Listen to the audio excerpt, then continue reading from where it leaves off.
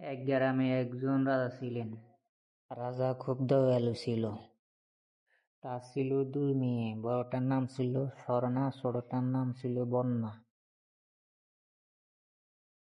তারা খুব বুদ্ধিমান ও সুন্দর ছিল। তারা ছিল খুব চঞ্চল প্রকৃতি। তাদের বিয়ে হচ্ছিল না, কিন্তু গ্রামের মানুষ তাদেরকে অনেক কথাই বলত। তারা গ্রাম দেখতে খুব ভালোবাসত, গ্রামের মানুষকেও খুব ভালোবাসত, কিন্তু গ্রামের মানুষ তাদেরকে নানা রকমের কথা বলতো, তাদের মনে অনেক কষ্ট লাগতো। একদিন একটা ঘটক তাদের বাড়িতে আসছিল। মহারাজ কি বাড়িতে আছেন? মহারাজ, মহারাজ কি আছেন বাড়িতে? মহারাজ ঘর থেকে বাইরে বেরিয়ে আসলো। আগে ঘটক সাহেব যে? হ্যাঁ, বাড়িতে আছি। আসুন ঘরে গিয়ে কথা বলি। রাজা তাকে ঘরের ভিতরে সোফায় বসতে দিল। ঘটক বলছিল, রাজা মশাই, আমি আপনার বড় মেয়ের জন্য একটা বিয়ের প্রস্তাব এনেছিলাম।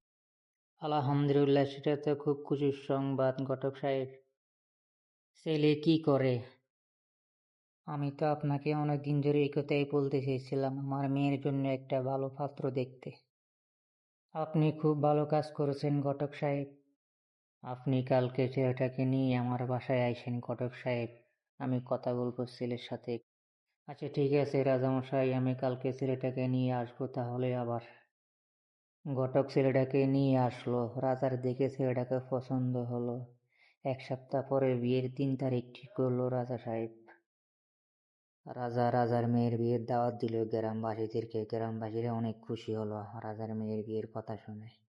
রাজা রাজার কাজ নিজেই করতে খুব ভালোবাসতো। তারপর রাজা বিয়ের মার্কেট করতে বাজারে গেল। রাজা বিয়ের সম্পূর্ণ মার্কেট করে বাড়িতে চলে গেল। রাজার মেয়ে অনেক খুশি ছিল, বিয়ের কথা শুনে অনেক আনন্দিত হয়েছিল। 1 সপ্তাহ পরে রাজার মেয়ের বিয়ের অনুষ্ঠান হলো। সকল গ্রামবাসী আসলো রাজার মেয়ের বিয়ের দাওয়াত খেতে। রাজা অনেক মহা খুশিতে ছিল।